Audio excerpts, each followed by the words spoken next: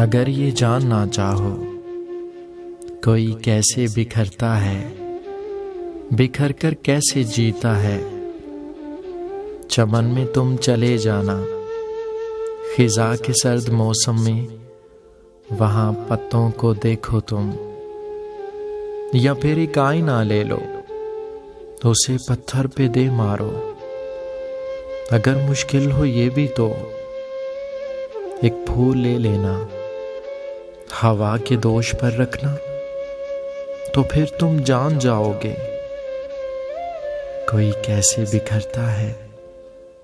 अगर ये भी न हो तुमसे तो मेरे पास आ जाना, मेरा दीदार कर लेना, खबर ये हो ही जाएगी।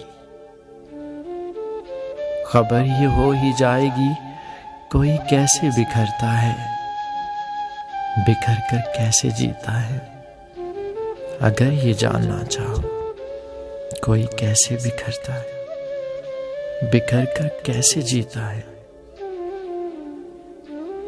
तो मेरे पास आ जाना, तो मेरे पास आ जाना।